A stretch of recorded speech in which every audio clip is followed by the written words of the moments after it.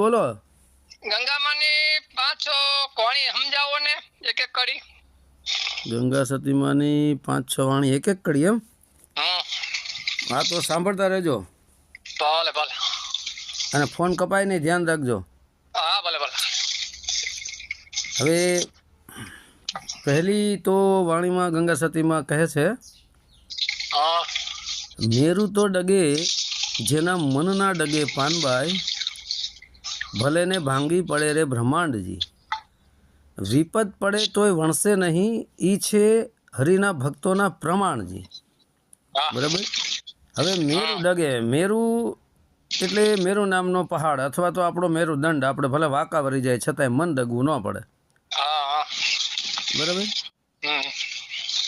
પણ મન ડગવું ન પડે, ભલે ભાંગી પડે બ્રહ્માંડ, આખું આપણી માથે આસમાન કદાચ બ્રહ્માંડ ભાંગીને પડે તોય આ મન ડગવું ન પડે. બ્રહ્માંડ એટલે આપણું મસ્તક કહેવાય છે. કદાચ માથું આપણું ઢળી જાય નીચે છતાંય મન સ્થિર રહેવું પડે ભક્તિ ભજનમાં.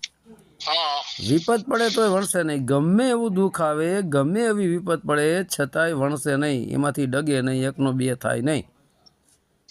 ઈ છે હરિના ભક્તના પ્રમાણજી.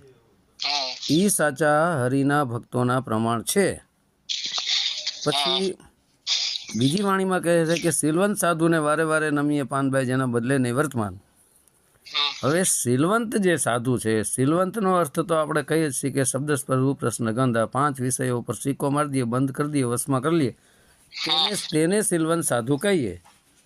એના બદલે નહીં વર્તમાન, જે ભક્તિ ભજનમાંથી બદલતો નથી, ચલિત થતો નથી, સતત પોતાના ભક્તિ ભજનમાં જ લાગ્યો રહે છે, તેને સિલવંત સાધુ કહેવાય છે. બરાબર. બાકી તો આ ચારિત્ર થોપેલ, નામ લીધેલ સાધુને નમવાનું નથી કહેતા. એ તો સિલવંત સાધુ એટલે જેની અંદર સ્થિર બની ગયા છે, જેની રહેણી તથા કરણી સહજ એક બની ગઈ છે, તેવા સાધુને વારંવાર નમન કરવા કહે છે. હવે પછી બીજી વાણીમાં કહે છે, બ્રહ્માજી જેવા કોને પગે લાગે છે. બરાબર.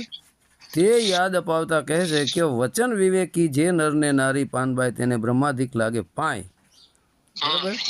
એટલે વચન વિવેકી, વિવેક બુદ્ધિમાંથી વિવેક જગાડી, વિવેક જ આમ તો સર્વશ્રેષ્ઠ છે અને વિવેક જ ગુરુ કહેવાય તો કહી શકાય. કારણ કે વિવેક જ જ્યારે જાગી જાય આપણી અંદર ત્યારે આપણને સાચા ખોટાની ખબર પડતી હોય છે. બરાબર. તો વચન વિવેકી, વચનને જ અહીં સોહમ શબ્દ પણ કહેવાય છે, આત્મા પણ કહેવાય છે. આ જ વચન છે. બરાબર. આ વચન વિવેકી જે નરને નારી પાનભાઈ, એટલે આ સોહમ શબ્દરૂપી વચન કે પછી આત્મારૂપી વચન, એને વિવેક કરીને જે જાણી લે હશે અને વિવેકપૂર્વક ન્યાજ પોતાની સુરતા ટકાડી રાખે, જે કોઈ નર કે નારી હોય દેહધારી, તેને બ્રહ્માધિક લાગે પાય, તેને ભગવાનો પણ પગે લાગે છે. બરાબર. હવે આ જે વાણી છે એને હવે પછી વચનના જે વિવેકીઓને ચેતવણી આપતા કહે છે. આજે વચનના વિવેકોને ચેતવણી આપતા કહે છે કે જે વચન વિવેકી થઈ ગયા હોય, જે સાધુ સંત, જેને શબ્દ આત્મ પરમાત્મને જાણી લીધા હોય, એવાને કહે છે કે ચેતવણી આપે છે કે કુપાત્ર આગળ વસ્તુ ન વાવીએ. કુપાત્ર જે હોય, જે પાત્ર નથી, છલી છે, કપટી છે, જેનામાં ભક્તિનો છાંટો પણ નથી, એવા કુપાત્ર આગળ વસ્તુ ન વાવીએ. ત્યાં સમજીને રહીએ ચૂપ. જ્યાં કુપાત્ર હોય, કુપાત્ર એટલે એવું નથી કે ભાઈ જેની અંદર કામ, ક્રોધ, લોભ, મદમોહ, શબ્દ સ્પર્શ રૂપ રસ ગંધ બધું ભરેલું છે, ભક્તિ ભજનમાં હાલતો નથી, એને જ કુપાત્ર ન કહેવાય. કુપાત્ર તો અહંકારી અભિમાનીને પણ કહેવાય કે હું જ સત્ય, મારું જ સાચું, બીજાનું બધાનું ખોટું, જે કોઈનું હાલવા જ ન દેતો હોય, અહંકારમાં આંધળો થઈને ફરતો હોય, એને કુપાત્ર જ કીધું છે. બરાબર. એટલે કે આવા પાસે તો સમજીને ચૂપ બેસી રહેવું સારું. નકરી તમારી સાથે વાદ વિવાદ કરશે, તર્ક વિતર્ક કરશે, તો આવા જે કુપાત્ર છે, જે ભક્તિને યોગ્ય નથી, ભક્તિ કરવાને યોગ્ય નથી, એવા પાસે કે આ વસ્તુ ન વાવીએ. કઈ વસ્તુ? આ ભજન ભક્તિરૂપી વસ્તુ, સોમ શબ્દરૂપી વસ્તુ, આત્મજ્ઞાનરૂપી વસ્તુ, એવાને કેવું નહીં. ત્યાં તો સમજીને ચૂપ રહેવું કહે છે.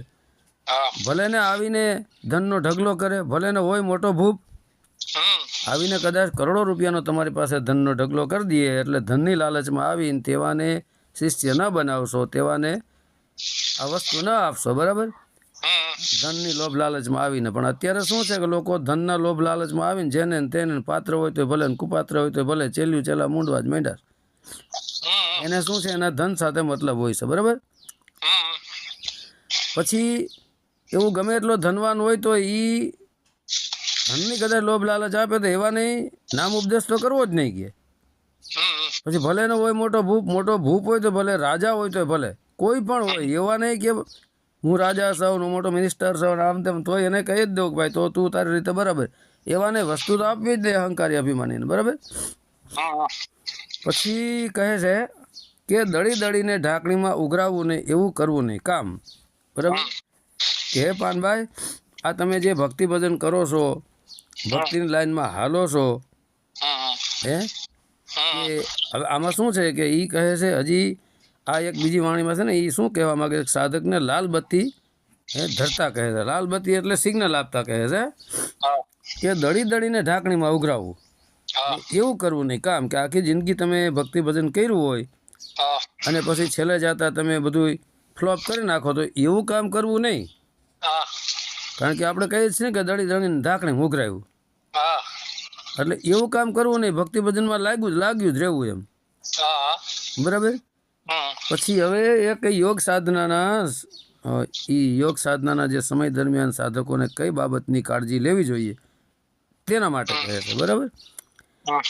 કે અભ્યાસ જાગ્યા પછી બહુ ભમવું નહીં ને ન રહેવું ભેદવાદીની સાથ રહે, કાયમ રહેવું એકાંતમાં ને માથે સદગુરુનો હાથ રહે. તો કે હે પાનભાઈ, અભ્યાસ જાગ્યા પછી તમે ભક્તિ ભજનનો અભ્યાસ કરો અને તમારો અભ્યાસ જાગી જાય, તો અભ્યાસ જાગ્યા પછી ભમવું નહીં. પછી ક્યાંય ભટકવાની ના પડે, પછી ક્યાંય ભમવું નહીં. મતલબ તમારો અભ્યાસ જાગી ગયો અને સોમ શબ્દ પ્રગટ થઈ ગયો, એટલે તમારી સુરતાને સોમ શબ્દની અંદર જોડી રાખો. પછી ક્યાંય સુરતાને ભટકવા દેતા નહીં, ભમવા દેતા નહીં. હવે અત્યારે જ્યાં ત્યાં લોકો ભયમાં રાખે છે, તો એનું મન જ્યાં ત્યાં ભયમાં રાખે છે, તો સમજી લેજો કે એને અભ્યાસ હજી જાગ્યો જ નથી. જેને અભ્યાસ જાગી જાય એ બહુ ભમતા નથી, એનું મન સ્થિર જ થઈ જાય. હવે ક્યાં ભમવાનું છે? કામ, ક્રોધ, લોભ, મદમોહ, શબ્દ, સ્પર્શ, રૂપ, રસ, ગંધ, છલ, કપટ, ઈર્ષા, નિંદા, તારી મારી, વાહ, મેં, હું, ખુદ, માન, મોટા, અહંકાર, બળાય, આમાં બધે એનું મન ભટકતું રહે છે, બધે મન ભમતું રહે છે. તો એને અભ્યાસ જાગ્યો નથી, પાકું છે, એનું મન સ્થિર નથી થયું, બરાબર. અને ન રહેવું ભેદવાદીની સાથ. આવા જે ભેદવાદી છે, મતવાદી છે, ભેદભાવવાળા છે, બરાબર, એક કે અમે મોટા, બીજો કે અમે મોટા, એટલે આવા ભેદભાવ જે કરે છે એવાની આરે તો રહેવું જ નહીં. બાકી જેની પાસે ભેદભાવ મટી ગયો છે કે ભાઈ બધાનો માલિક એક જ છે, પરમપિતા પરમાત્મા, બધાનો ગુરુ એક જ છે, પરમપિતા પરમાત્મા, આવો જેને ભેદભાવ મટી ગયો છે એવા સાથે રહેવાય ગયા. અને કાયમ રહેવું એકાંતમાં, અને કાયમ રહેવું એકાંતમાં માથે સદગુરુનો હાથ, કે કાયમ એકાંતમાં જઈ અને ભક્તિ ભજન કરવું અને માથે સદગુરુનો હાથ. માથે સદગુરુનો હાથ એટલે કે દેહધારી સદગુરુએ જે તમને નામ ઉપદેશ કર્યો છે એ ભજન ભક્તિમાં રહેવું અને કાયમ રહેવું એકાંતમાં. હવે એકાંતવાસ જ્યાં બહુ કોલાહલ થતો ન હોય, શાંતભર્યું વાતાવરણ હોય, ત્યાં કાયમ રહેવું. અને પછી કાયમ રહેવું એકાંતમાં, એક જ એ શબ્દ તરફ ધ્યાન દેવાનું, ત્યાં સુરતાન જોડી રાખવાની એક, અને અંત, બાકી બધાનો અંત લાવી દેવાનો, બરાબર. બીજે ક્યાંય ભટકવું નહીં. એકાંતનો અર્થ આ જ છે, એક જ શબ્દને છોડીને બાકી બધાનો અંત લાવી દો, એકની અંદર જ સુરતાન જોડી દો. આને પણ એકાંત કહેવાય છે. અને જ્યાં કોઈ માણસોનો હોય, કોલાહલનો હોય, માયાવી લોકનો હોય, એવી જગ્યાએ નહીં રહેવાનું. એકાંતવાસ પસંદ કરવો, કે તો તમારું મન જલ્દી સ્થિર થશે અને તમે ભજન ભક્તિમાં રહેશો એમ, બરાબર. હવે પછી હવે આ એક બીજી જે વાણી છે આ ભજનમાં અંતમાં અત્યાર સુધી કોઈએ ન કહેલ વાત કહે છે. અત્યાર સુધી હવે પછીની વાણીમાં કોઈએ ન કહેલ હોય ને એવી વાત કહે. શું કહે છે કે ભાઈ રે, મેળાને મંડપ તમારે કરવા નહીં ને, ઈ છે અધૂરિયા માણસના કામ રે. ગંગા સતી એમ જ બોલ્યા રે, ભાડવા હોય તો પરિપૂર્ણ રામ રે. શું કહે છે કે બધાને કહે છે ટોટલને કે ભાઈ રે, મેળા ને મંડપ તમારે કરવા નહીં. મેળા એટલે કે કોઈ પણ મોટા મોટા મેળાવડા ભરાવો, 50,000 શિષ્યોને ભેગા કરો, મોટો એક પ્રોગ્રામ રાખો, બરાબર. અને પછી એમાં તમે મોટો મેળાવડો કરો, પછી મોટા મોટા મંડપ કરો, હા હે આ તમારે કરવા નહીં કે હા અત્યાર સુધીમાં કોઈ સંતોએ આવું નથી કીધું કે મેળાપના મંડપ કરવા નહીં. હા તો કે ભાઈ રે મેળાને મંડપ કરવા નહીં, કે આવું બધું કરવું નહીં, કારણ કે એ છે અધૂરિયા માણસના કામ. કારણ કે મેળા અને મંડપ કરવાનો અર્થ શું છે કે જાજા પછી 50,000 કે લાખો ચેલિયું ચેલા ભેગા થાય, કે 100-200 ચેલિયું ચેલાને ભેગા કરીને થોડીક કથણી બકણી કરવી 52 અક્ષરી, પછી ચેલિયું ચેલા જે કાંઈ પૈસા મૂકે એ થેલો ભરીને હાલતું થઈ જવાનું. મેળા મંડપનો આ જ અર્થ છે. બાકી જેને ભક્તિ ભજનમાં છે એને મેળા મંડપની શું જરૂર છે?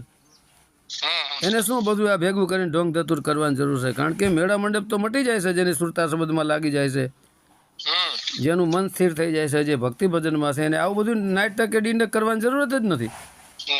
એ તો બધું કમાણી માટે કરી રહ્યા છે. કારણ કે એ તો છે અધૂરિયા માણસના કામ રહે પાનભાઈ. એ તો બધા અધૂરિયા લોકો કરતા ફરે.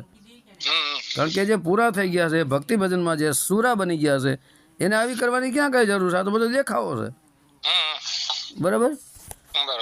તો હવે કહે છે ગંગા સતી એમ જ બોલ્યા રે ભાડવા હોય પરિપૂર્ણ રામ રે.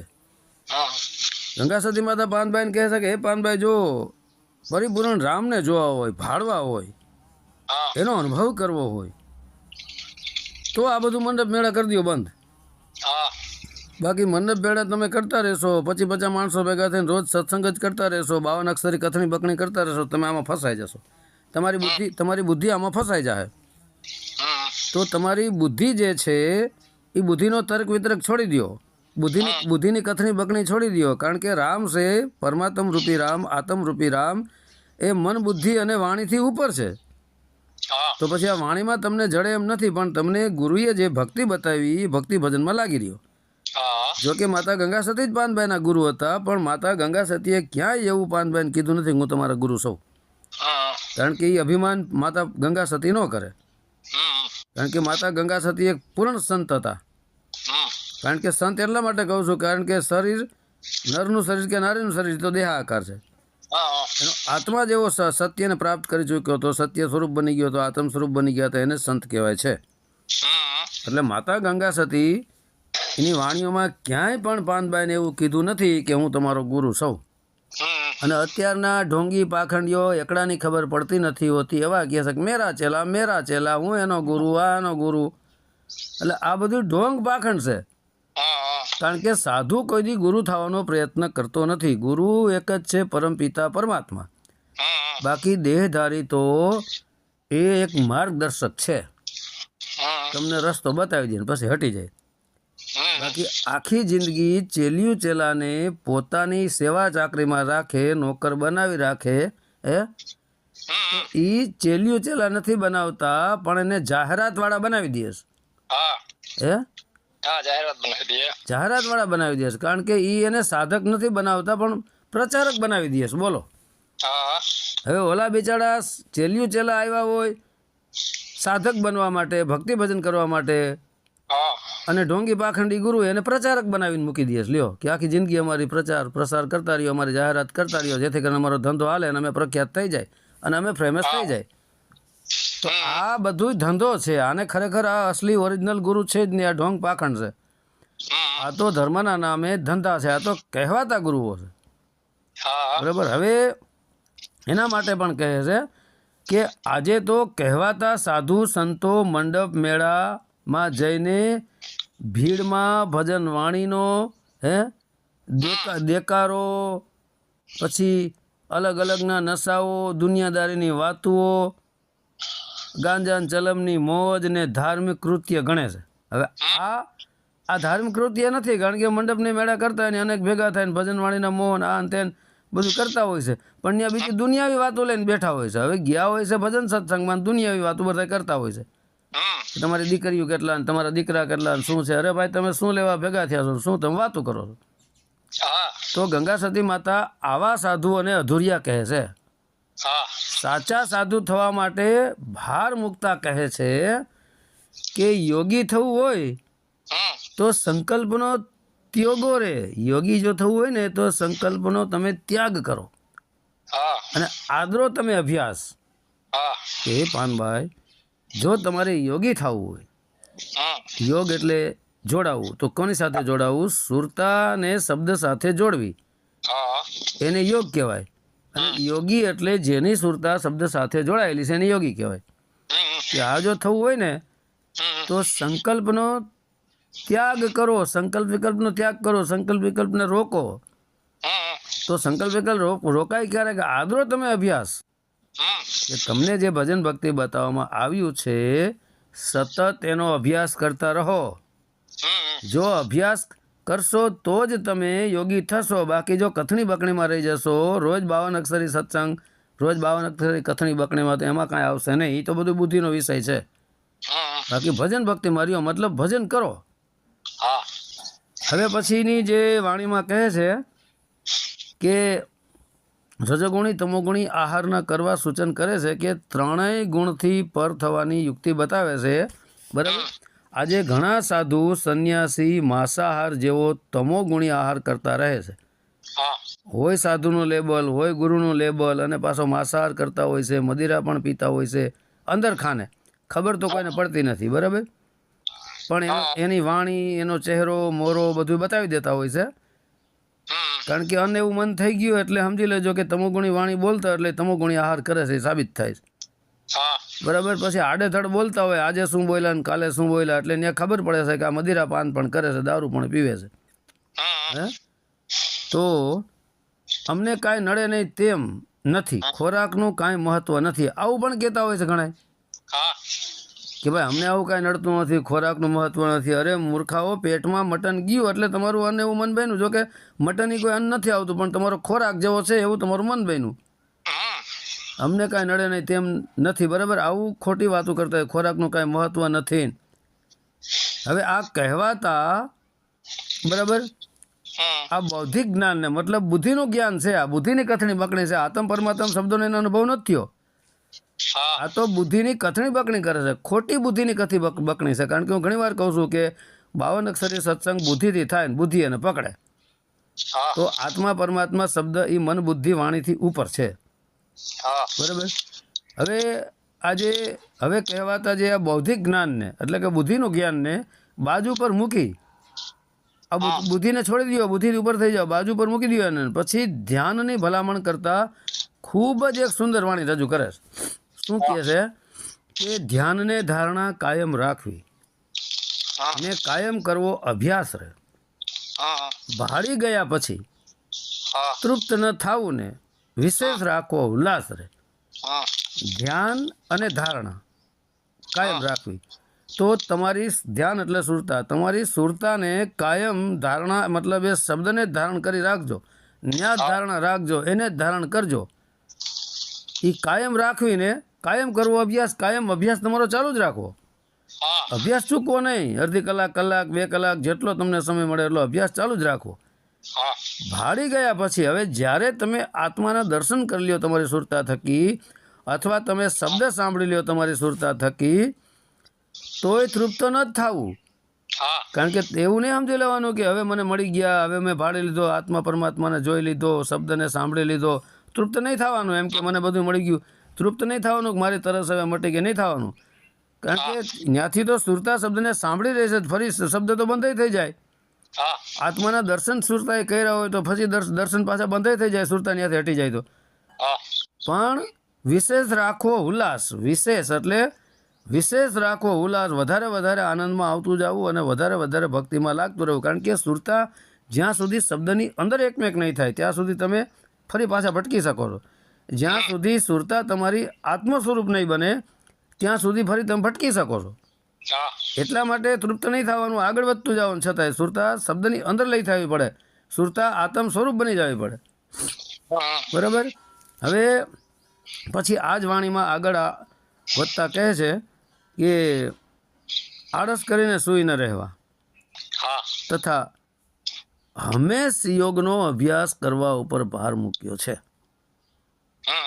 જેઓએ રાતોરાત ગુરુ પાસેથી જ્ઞાન થઈ ગયું છે તેવા ભ્રાંતિવાળા જીવો માટે દિશાબોધ સમાન વાણી છે. આ રીતે જેની અંદર જ્ઞાન યોગ પરિપક્વ થાય તેણે ભક્તિની જાળવણી કેમ કરવી તેના માટે હવે કહે છે. બરાબર. આજે તો શું હોય છે કે ગુરુ કર્યા ને પછી બીજી રાતે એમ કહે કે અમને આત્મ જ્ઞાન થઈ ગયું, પરમાત્મ જ્ઞાન થઈ ગયું, શબ્દ પ્રજ્ઞાત થઈ ગયું. આ બધું ઢોંગ પાખડ છે. એટલે આ શું હોય છે કે આ બધું એક પ્રકારનું નાટક છે ભલામણ જગતમાં કે ગુરુ મળી ગયા અને ઘણા કરતા ફરે છે કે અમને ખબર પડી ગઈ. નાનભાઈ કોઈને ખબર નથી પડી, અને જેને ખબર પડી જાય છે જોતો સાંભળતો બોલતો બંધ થઈ જાય. બરાબર.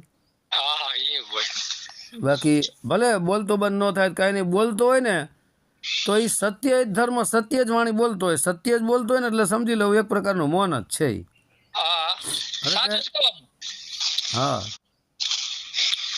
હવે ભક્તિ કરવી તેણે રાગ થઈને રહેવું ને મેલવું અંતરનું અભિમાન રહે. કે જો ભક્તિ કરવી હોય તો એને રાગ થઈને રહેવું. રાગ એટલે હાવ ગરીબ, કંગાલ, હું કાંઈ નથી, અહંકાર અભિમાનનો નાશ, જગતને ફાવે એમ બોલવું એમ બોલે. અંદરથી પણ રાગ અને બાયણેથી પણ રાગ. રાગ એટલે હાવ ગરીબ, બાયણે બિચારા પાસે ખાવા ખીચડી ન હોય, 2 ટકનો 1 ટકનો રોટલો માંડ મળતો હોય. અને અંદરથી પણ રાખ, હાવ નિરહંકાર, જેને જે બોલવું બોલે, કોઈને કાંઈ ન કહે. અને મેલું અંતરનું અભિમાન, ઊંડે ઊંડેથી અભિમાન છોડી દેવું. અંતરમાં પણ અભિમાન ન રહેવું પડે, ઊંડે ઊંડેથી અભિમાનને કાઢી નાખો કે પાનભાઈ, તો જ ભક્તિ લાગે. કારણ કે પ્રેમ લક્ષણા ભક્તિ જેને પ્રગટી તેને કરવું પડે નહીં કાંઈ. હવે 9ધા ભક્તિ ઉપર 10મી પ્રેમ લક્ષણા ભક્તિ છે કે પરમાત્મા પ્રત્યેનો જેને સંપૂર્ણ પ્રેમ લાગી જાય છે તેને પછી કરવું પડે નહીં કાંઈ. એને પ્રેમ સિવાય બીજું કાંઈ કરવું જ પડતું નથી ને આખું જગત એને પ્રેમ સ્વરૂપ લાગે છે, આખું જગત પરમાત્મા સ્વરૂપ લાગે છે. સ્થાવર જંગમ દરેક જીવો પર તેને પ્રેમ પ્રગટ થઈ જાય છે. કોઈની સાથે રાગ નથી, દ્વેષ નથી, સમાન માત્ર બની જાય છે. સમાન એની દ્રષ્ટિ, સમાન પ્રાણી માત્ર પર તેની સમાન દ્રષ્ટિ બની જાય છે. કોઈ મિત્ર નહીં, કોઈ શત્રુ નહીં. પછી કહે છે કે પાકો પ્રેમ જ્યારે અંગમાં જ આવે ત્યારે સાધના સર્વે સમી જાય રે. કરવું એને કાંઈ ન પડે ને સહેજ સમાધિ થાય. પાકો પ્રેમ, પ્રેમ કાચો નહીં હો. કાચો પ્રેમ તો પાછો તૂટીએ જાય ને ફૂટીએ જાય, પણ પાકો પ્રેમ, જ્યારે પ્રેમ પાકો લાગી જાય, તમારી સુરતા શબ્દની સાથે જોડાઈ જાય, તમારી સુરતા આત્મા સાથે જોડાઈ જાય અને પાકો પ્રેમ લાગી જાય કે એ પ્રેમ હવે તૂટે એમ જ નથી. એ પાકો પ્રેમ જ્યારે અંગમાં આવે ને, પેલા તો દેહરૂપી અંગની અંદર આ સુરતાનો શબ્દનો પ્રેમ પાકો લાગી જાય, સોમ શબ્દનો શ્વાસોશ્વાસ નીકળે અંદર, પછી સુરતારૂપી અંગની અંદર, જ્યારે શબ્દ આત્મનો પાકો પ્રેમ લાગી જવો પડે, સુરતાની અંદર શબ્દ પ્રગટ થઈ જવો પડે. એ જ્યારે અંગમાં આવે ને ત્યારે સાધના સર્વે સમી જાય, ત્યારે ટોટલ પ્રકારની સાધવા બંધ સમી જાય, એટલે બંધ થઈ જાય, રોકાઈ જાય, ઉભી રહી જાય. હવે તમારે કોઈ સાધના કરવાની જરૂર નથી, તમે એન્ડ માથે પહોંચી ગયા, જ્યાં હવે આનાથી આગળ કાંઈ છે. તમે સત્યને પ્રાપ્ત કરી લીધું, હવે સત્યની આગળ બીજું કાંઈ છે જ નહીં. એ સોહમ શબ્દ છે, સોહમ શબ્દ એ જ આત્મા છે. બરાબર. કારણ કે સોહમ શબ્દથી આગળ પણ કાંઈ નથી અને સોહમ શબ્દથી પાછળ પણ કાંઈ નથી. જે છે સોમ શબ્દ એક જ એ સત્ય છે. સોમમાંથી જ ઓહમમાં જવાય ને ઓહમ એ જ આત્મા સ્વરૂપ છે, ઓહમ એ જ પરમાત્મા પણ છે. બરાબર. પછી એને કરવું એને કાંઈ ન નડે, એને પછી કાંઈ કરવાની જરૂરત જ નથી રહેતું. એને કરવું એને કાંઈ ન પડે, પછી એને કાંઈ કરવાની ક્યાં જરૂરત જ છે. સહેજે સમાધિ થાય, પછી એ તો સહેજમાં સમાધિ સ્થિત થઈ ગયા કહેવાય. હાલતા ચાલતા ખાતા પીતા બેહતા ઉઠતા આઠે પોર આનંદમાં સહજ સમાધિ. બધે એનો એ જ છે, બધે એનું જ સ્વરૂપ એ જોતો હોય છે. આ બહુ જબરજસ્ત માતાની વાણી છે. કારણ કે આ શું છે કે જ્યારે આ વાણી વાંચી, બરાબર, પછી સાંભળી, પરંતુ આજના યુગમાં શું છે, આ વાણી વાંચી સાંભળી કોઈ રવાડે ચડી જાય કે બસ ગંગા સતી માતા કાંઈ કરવાનું ના પાડે છે અને સહજ સમાધિમાં રહેવાનું કહે છે. પરંતુ ત્યાં કહેવાતા જ્ઞાનીઓ ભૂલ કરે છે. કહેવાતા જે ઢોંગી પાખંડી ગુરુઓ છે, જ્ઞાનીઓ છે, તે ભૂલ કરે છે. અને પહેલા પરિપૂર્ણ યોગ પાનબાઈને કરાવ્યો, પ્રેમના પ્રકટીકરણ પછી સાધના આપમેળે જ છૂટી જાય છે. હા એને કાંઈ કરવા પૂરતું નથી. પણ અત્યારે શું કે કાંઈ કરવાની જરૂર નથી, કરવા જરૂર નથી. અરે ભાઈ પહેલાં કરવું પડે છે, અને પાકો પ્રેમ થઈ ગયો ને તમે પૂર્ણતા પોગી ગયા પછી કરવાની કાંઈ જરૂર નથી. હા આ તો કે તમારે સહજ સમજ થઈ ગઈ, કાંઈ કરવું નથી, તમારે કાંઈ કરવાની જરૂર નથી. અરે ભાઈ પહેલાં કરવું પડે છે. જુક્તિ વિના મુક્તિ નહીં, માતા પાન ગંગા સતી કહે છે. પહેલાં જુક્તિ તો કરવી પડે છે. જુક્તિ વિધિમાં તમે પરિપૂર્ણ બની ગયા પછી તમારે કાંઈ કરવું પડતું નથી. હા બરાબર. તો અત્યારે શું છે કે આવું બધું માણસો કહી દે છે કે હવે તમે સહજ સમાધિમાં સહજ અવસ્થામાં રહ્યો, હવે તમારે કાંઈ કરવાની જરૂર નથી. બરાબર. પણ મનને ફાવે તેવો અર્થ કરી અને સસ્તા અને બૌદ્ધિક જ્ઞાનને અનુભૂતિ જન્ય જ્ઞાન માની પોતે સહજ સમાધિમાં છે એવું માની લેવાથી સાચા પ્રેમથી વંચિત રહી જવાય છે.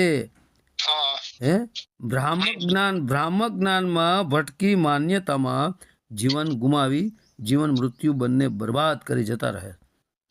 કારણ કે આવા ઘણા કહેવાતા ગુરુઓ છે હા કે બસ તમને હવે અનુભવ થઈ ગયો ને હવે તમારે કાંઈ કરવાની જરૂર નથી ને તમે સહજ સમાધિમાં છો ને. હવે ઓલાને બિચારા નગરી હાઈવોરી જ ભરી હોય, હા પણ આ બધી ઓલો ચાલાક ગુરુ હોય ને એ શિષ્યોના વખાણ કરી કરીને પોતાના ઝાડમાં ફસાવી રાખે કે છટકી ન જાય, હા અને ઓલાને વખાણ સારા લાગે.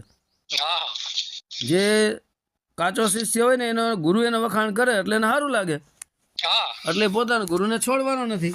હા બીજું કાંઈ છે નહીં. આમાં વખાણ કરીને અસુરને વખાણ પ્રિય હોય ને અસુર હોય ને વખાણથી વસય થાય. હા જે અસુર હોય અજ્ઞાન હોય અને તમારું બનાવે તેના તમે વખાણ કરો એટલે તમારું થઈ જાય. હા પણ ઓલો સુર હોય ને એને વખાણ પ્રિય ન લાગે. હા પણ અત્યારના ગુરુઓ તો સ્વયં પોતે જ પોતાના વખાણ ખુદ કરતો હોય છે. હું આમ ને હું તેમ ને હા વાણીએ પોતાના તરફ જ ઈશારો કરતો હોય છે કે હું જ ભગવાન છું, હું જ પરમાત્મા છું. અને ચેલા પણ વાહ ગુરુજી વખાણ જ કરતા પડતા ઓલાને સારું લાગતું હોય, ઓલો ફૂલાતો હોય. એટલે આ બધું અત્યારે લોલમ લોલ ડીંડવાણા બધા અટકાઈ ગયા છે. આ બધા વાહવાહીના ભૂખ્યા છે. બાકી ભક્તિ ભજનની એને કંઈ ખબર નથી કોઈને. સારું, તો હવે વાણીને વિરામ આપશું. હા તમે તો 4-5 વાણી કીધી હતી પણ મેં 7, 8, 10, 15 ખોલ નાખી. બરાબર. હા આનંદ આવે બાપુ. હા સારું, તો હવે માતા ગંગા સતીની, જય પાનબાઈ માતાની, જય સમઢિયાળા ધામની, જય સત્ય સનાતન ધર્મની જય જય.